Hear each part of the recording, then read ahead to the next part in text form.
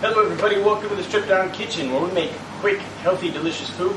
My name is Mike, I'm your chef and host, and we call it the Stripped Down Kitchen because we don't need jackets. I do this for accountability so that you guys watching and following along can see that I'm not cheating. And it's easy to see if you're cheating because, you know, you can just watch a couple in a row and see what's going on.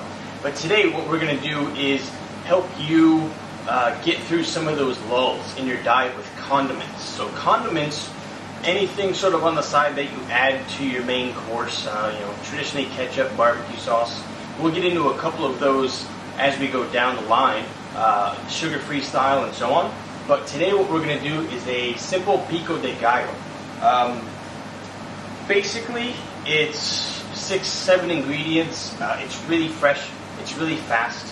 If you want to go deep down into the hole, you can roast the tomatoes, roast the peppers, and so on and so forth. But this is going to be a really easy, light, and fresh one. And we're going to start with chopped tomatoes.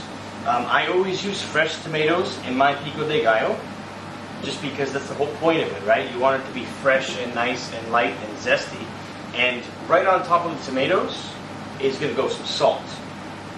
This is pink salt. And the reason we're putting it on the tomatoes directly, because you can see some juice already forming, is we want the salt to extract some of those juices from the tomatoes. Now, pretty much what you want to do now is, through the mixing process, that salt's going to break down the tomatoes and a little bit of the onion, so you'll have more of a homogeneous flavor. And so, aside from adding that first, we're going to add something that I add to it, which isn't traditional, is cumin. And so I usually go with just a little bit of ground cumin that's already been toasted. Not so much that it's going to overtake the flavor. You just want it kind of in the background. And so again, that goes in just a little bit. You don't need to kill it. You know, you don't want everybody to taste cumin. You want to have that sort of background flavor of, oh, what is that? And so in with the onions. This is just a white onion, really, really small dices, and then in with the jalapeno. I deseeded the jalapeno, and I cut it more or less as small as you can. And again, mix that in. And then you have lime juice. So this is just enough for your own palate, really. I usually use a half. I start with a half and then go up from there. Because again, like a lot of the condiments, this is going to mature in flavor. And so, with the lime juice, with the salt, be a little bit cautious because you're going to want to taste this in about 30 minutes and then readjust the seasoning because it is going to change. And the only thing that's missing from the Pico de Gallo now is the coriander leaf, or cilantro if you're in the West.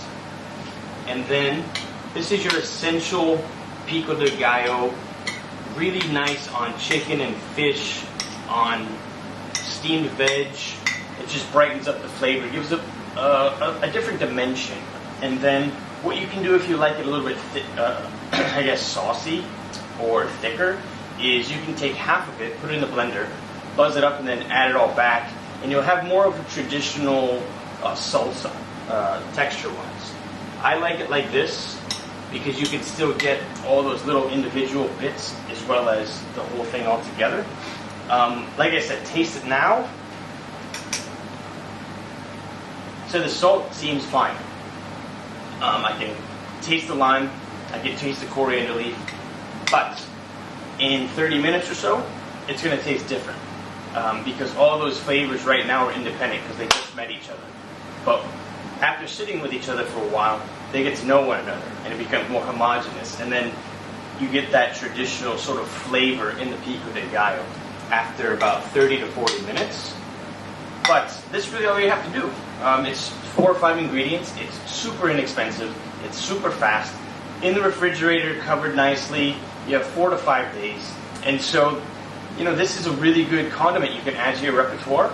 And, you'll always have it available. It'll always be fresh. I hope you guys liked it. Of course, I'm sure you're able to follow along because it's pretty simple. We'll see you next time. Please subscribe.